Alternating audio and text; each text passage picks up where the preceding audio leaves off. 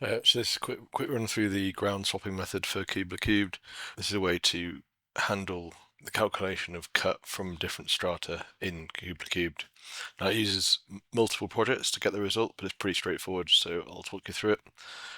What we have here is a section through the site, and so what we're looking to do is calculate the volume of existing earth we need to remove and the volume of rock we need to cut as well. So what we need to do is we've got our existing surface and our proposed in blue and our proposed surface in green, and so we create a Kubla Cube project and run that as standard, and that will give us our total cut, which is this area here, or this volume here, sorry. First things first, we want to create an existing surface. So in this case, we'll just have an existing surface at 20 meters. So we'll try and do this quickly.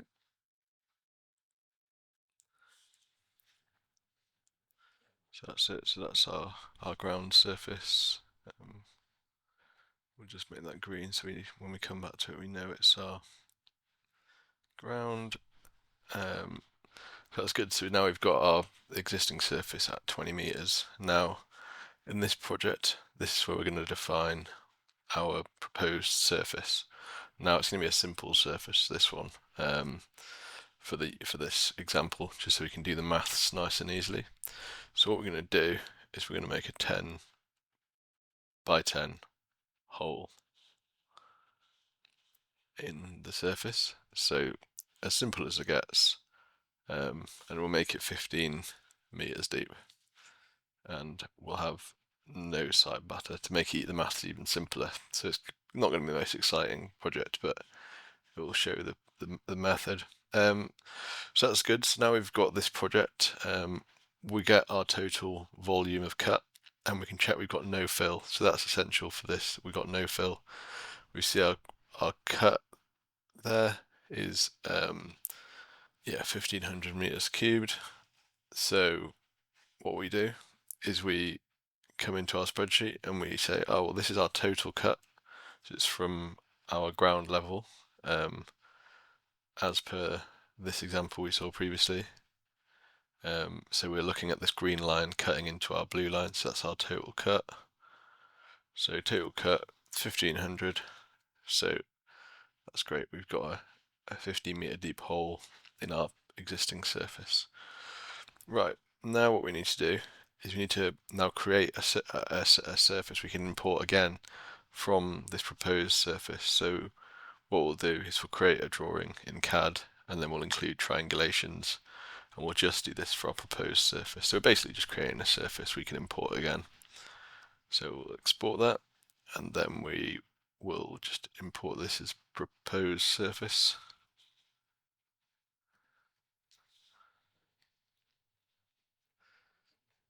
So that's been exported now, so that's good. So yeah, then what we need to do now is we'll just save this project as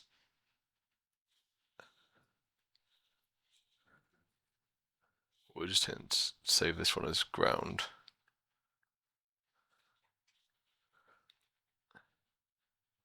And then so from that volume, that's good. We know that. Now we create another project, and this project will now have the existing rock as the existing surface, and then it will have the proposed surface in green. And now what this project will calculate is our cut out of our rock. And so now, with knowing our volume of rock and our total volume, we can now also calculate our volume of earth. And then what we need to do next is we need to then save this project again, and now it's going to be this is going to represent our rock level. So we save this as rock. So what we're going to do actually in this case is we're going to remove all elements from our proposed surface, and we'll actually just edit off each surface because it's a similar surface at 10 meters this time. So this is going to be our rock layer below our ground layer. So this is our rock layer, and this is our ground layer. Now, the numbers don't quite match up, but it's to get the idea. And then here we'll just change our ground levels to look more like rock. So we'll make it black rather than green. So this is our rock project. And then What we're going to do now is we're going to import our existing proposed surface we created in the other project into this project as a tin. So we import this proposed surface, we will open that, we will bring it in meters, and then here you go, you can see it's coming nicely, and then we have our 10 by 10 hole in the middle, so our 10 by 10 by 15 deep hole in the middle. And you can see here now that what we have is a huge amount of fill, and then we have our existing surface, our existing surface, which is this one here, which is our rock level, and then, which is being cut into at the bottom of the hole, which is as we'd expect, because a 15-meter deep hole with a rock level of 10 meters down, we expect 5 meters of cut. So now we can look here and we ignore the fill, that's irrelevant to our project, but we can see that we've got a volume of 500 meters cubed of cut. So we add that to our spreadsheet, which is 500, and then that's worked really nicely. So we know our rock cut and we know our total cut. So then we simply do the maths on here. So we do earth cut equals total cut minus rock cut, and then we know that we've got 1,000 meters cubed of earth cut. So very simple maths to get some nice results for strata levels.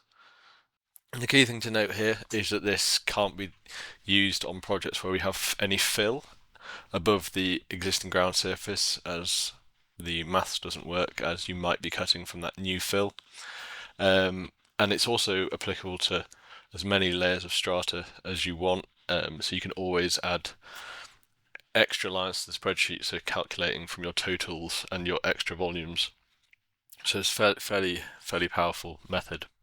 Now, the last thing that we should check before we accept that our project is complete is we should take our existing from this project, which is our rock layer, and we should check this against our existing proposed. So what we'll do is we'll export this as a CAD. Export as CAD. We want our triangulations. We just want our existing phase, and we export this. So rock. There we go. Perfect. So now what we'll do is we'll open our original project, which is ground. Oh, actually, we'll save this one first.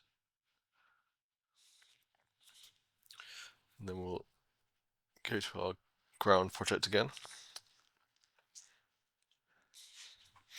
And then we'll come into our proposed phase in our ground project. So we know that really in this case, like our rock layer is all below the ground layer. But just to check, we'll turn off our reduce, which we use to create that surface. Then we'll just import our rock layer in.